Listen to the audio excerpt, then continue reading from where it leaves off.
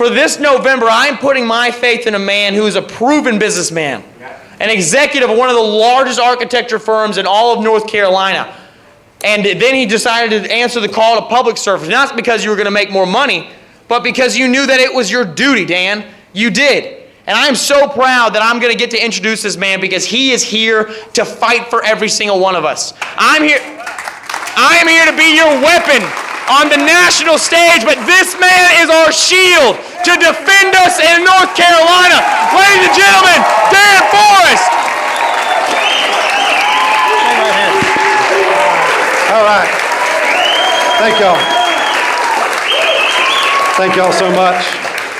Man, I tell you what, I could not be any more excited than looking forward to the day on November 20th or somewhere around, it's going to be a little bit before that, when we all get to go to Washington, D.C. to watch Madison Cawthorn get sworn in as the next member of Congress. Now, we have had to, this is my wife Alice, and she's not going to want to stand up here with me. She's going to go back. Everybody say, hey, Alice. You can go. I like you. I love you. All right. So, how long have we had to watch television, watch Fox News, any other channel? How many years have we had to listen to AOC and her nonsense about America? Remember when she was there, she was like the youngest member of Congress, and then all the woke generation of people across America were looking up to AOC and letting her lead the way. Now she leads the Democrat Party. She is the voice of the Democrat Party, even more so than Nancy Pelosi. And guess what? When Madison Cawthorn gets elected, he is going to be the equal and greater opposition to AOC. So we look forward to that, Madison. I could not think of a finer young man, a finer patriot, a finer American than Madison to serve. And so we're thankful, Madison, that you took the step to do this. And you got a birthday coming up, right, in August, so it'll all be legal. We'll all be good in August. Awesome.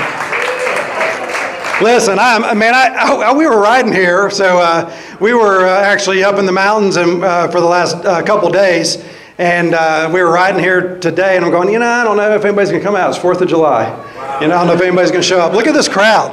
This is 4th of July. Hey. Happy birthday, America.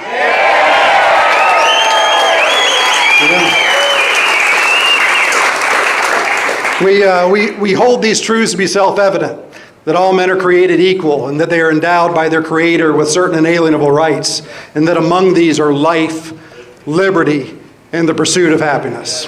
Perhaps some of the greatest words ever written in all mankind when it comes to true freedom and true liberty around the world, written by great men of courage who were willing to sacrifice their lives, their fortunes, and their sacred honors for all of us, for their posterity, for things they would never see, for things they would never know, for an idea about this America where all men are created equal and are free.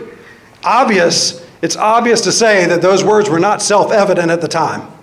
But when they were written, they were dreaming of a better America, a greater America. And it's an America today that we have all had the privilege of being a part of and being able to pass on for generations now ourselves to our posterity because there are courageous men and women who continue to fight for our country. So, anybody that's a veteran or active duty in this audience right now, please raise your hand and let us honor you for your service to America. Thank you.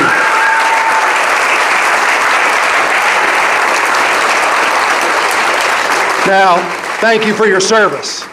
Now, there's a young man here who was back here in the back, had a dog, who is a wounded, disabled vet. Is he still here? I met his wife and his dog earlier, and if he was here, I wanted him to come up here so we could honor him. Obviously, I was asking him about his story, and he said I think his name is Van. Van? Yes, Van. Is Van here? Van, are you still here? Van may have left. I asked Van about his story, and Van said, it's a hard story. I don't want to talk about it. And let me just say this, there are thousands and thousands of men and women around this country that have those hard stories. They have sacrificed everything. They have put their lives on the line. They have fought for us every single day in places we can't even imagine. Fighting against people they don't even know for an idea of a better America right here at home. And what are we doing in America today? We're kneeling before the flag that they went around the country, around the world to defend. We're backing up, we're hiding in our houses, we're acting like that those sacrifices were never made. But I'll tell you what, on our watch, on my watch, on Madison's watch, and on your watch, we're not going to allow that to happen in America. And so right here in North Carolina, we see it right here in North Carolina. We see it right here. I think Madison talked about this. I think I heard it when he was walking up here. This revolution that's going on, there's a group of people in America that took advantage of a virus. There's a group of people in America that took advantage of the death of George Floyd because they wanted to wreak havoc on America. They want to bring destruction to America. They want to bring destruction to the institutions of America that make America the greatest country in the world. That's what they want to do. It's a cultural revolution. It's not any different than the French Revolution, the Reign of Terror. It's not any different than the Bolshevik Revolution. It's not any different than the Maoist Revolution. It's the same kind of thing. The antics are the same. Tear down monuments, take names off buildings, take names off streets, put them up with the names that are politically correct for the day, change the history of the country, and then you transform America. Remember the fundamental transformation of America that started under Barack Obama? It's still going on today. And that's what we're seeing in the streets. And so when Ronald Reagan told us that freedom is never more than one generation away from extinction, that we don't pass it on in the bloodstream and every generation has to fight to pass it on to the next, guess what? We are that generation. This is that generation of America today, that we have to fight for our very freedoms. Here we are on our nation's birthday, Independence Day, and guess what? The liberals decided to close it down. No Independence Day, no fireworks, no parades, no celebrating freedom in your country. Well, wait a minute. Look around. We're celebrating freedom in our country.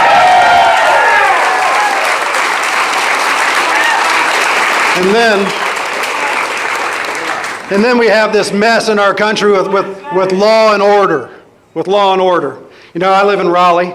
And so when the riots happened in Raleigh, the governor's mansion was pretty well protected, as it should be. The governor's got his troopers, and they were inside the fence or inside the wall. Then he's got a wall. And then there's a sidewalk, and then there was a fence, and then there were police cars, and then there were more police officers outside of that. Hey, listen, rightly so, protecting the governor's mansion. But just 2 blocks away, mass destruction. Every window in downtown Raleigh was broken. The stores were looted. Things were set on fire, every single one. It looked like Beirut in downtown Raleigh, 2 blocks away from where the governor was protecting his own mansion. He's willing to protect his house, to protect your house. That is not right in America. We got to change that. We got to bring law and order back to our country. First things first, make sure that government is protecting us through law and order. The government pretends it can protect us from things like viruses.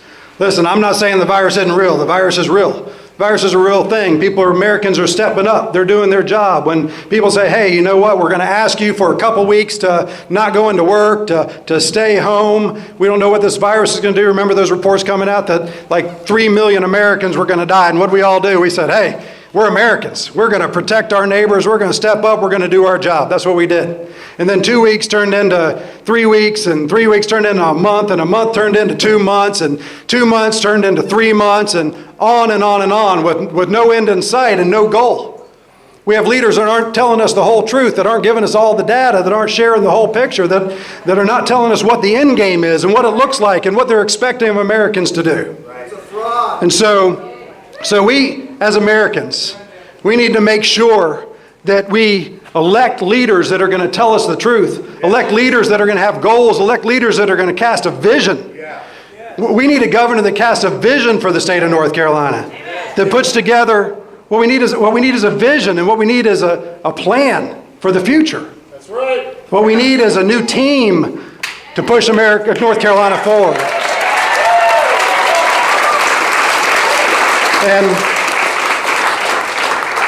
And what we need is a new governor come January 2021. So just this week, we've been watching Governor Cooper now for I don't know how long, pass these executive orders, too long, pass executive order after executive order. I'm just going to give you just a little brief anecdote about how this whole thing went down. I'll be quick about it, but in the one morning, this was on March the 17th or so, the governor posts on social media he's going to close down the restaurants that night. And then he comes to us a few hours later on the Council of State, all the Council of State members, he comes and says, we're going to need your concurrence on shutting the restaurants down. And I said to him, my response was this, I said, are you really asking for concurrence on something you already said you were going to do? He didn't get any response. And then I said, are you really, really prepared for 500,000 people to lose their job tonight? Didn't get any response. Well, while the Council of State was actually voting on the measure, the governor went ahead and held a press conference and told North Carolina that he was closing the restaurants down. And by the way, this wasn't even about restaurants, because what we were saying was, hey, we have no information, we have no data, we don't know, you got to tell us what you're doing, we need to know what the end game is, you need to give these restaurants some time to prepare, they're going to have to throw away millions of dollars of food today, they're going to have to tell their employees they don't have a job tonight, that's what you're doing tonight. So the Council of State, we actually voted no, but the governor held a press conference and said yes anyway. His constitutional authority to do what he does runs through the Council of State. But he claimed some other provisions. In fact, I called and I asked for the governor to call me, and he had the Secretary of Health and Human Services, Mandy Cohen, which we call Governor Cohen now, because I think she's the governor. He had Mandy Cohen call me. And said, we don't need the Council of State anyway. She told me, she said, I can do this under my own authority. So we have watched, we've been very patient. The last thing, honestly, I'm very serious about this.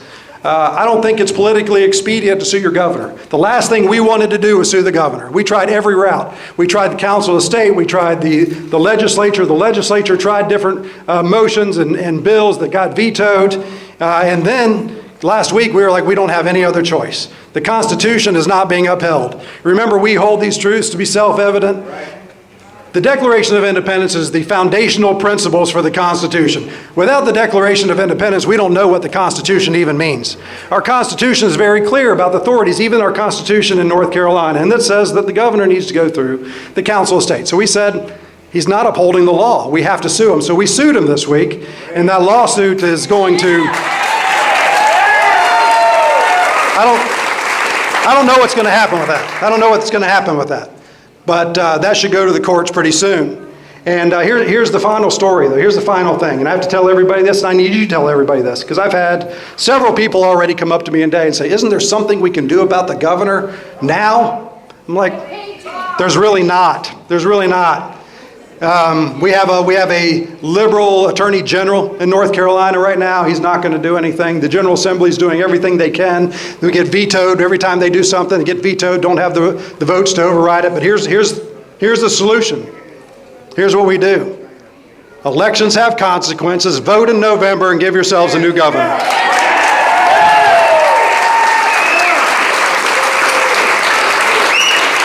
So you have an opportunity for a new governor. You have an opportunity for a new governor come January. You have an opportunity for an awesome young man to be a member of Congress. You have an opportunity to pick up 3 seats on the North Carolina Supreme Court. We'd still be down. We'd still be down. But we can pick up 3 seats and gain a lot of territory this November. So don't neglect your judges. Certainly don't neglect Paul Newby and his team running for Supreme Court. You have a great opportunity. Listen, I have loved serving as your lieutenant governor. I love being your lieutenant governor, but you have a great opportunity to send Mark Robinson into that office and get Mark Robinson elected as lieutenant governor of North Carolina. So I expect everybody here to go round up votes. Round up votes. Michael Watley, how many votes do we need to win in November? 2.5 million votes. 2.5 million votes. Now, as important as anything that we've talked about, All the forces of evil have been coming against President Trump now for 4 years. And we have an opportunity in North Carolina to hold our ground. We can't do anything else for the rest of the states. They have to do their job for themselves, right? But we have an opportunity to ensure that the path to the White House is not lost because of North Carolina. So we need to fight tooth and nail from now until November, 3.5 months, to make sure that Donald J. Trump is elected president one more time here in the United States.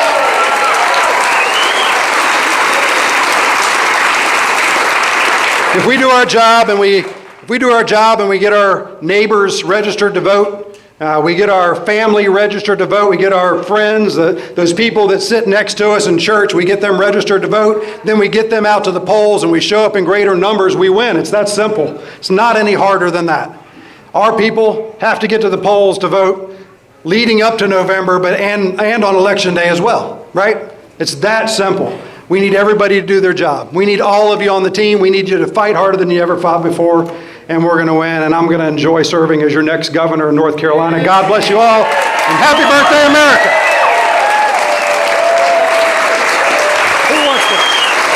Who wants the microphone next? There you go. All right, guys.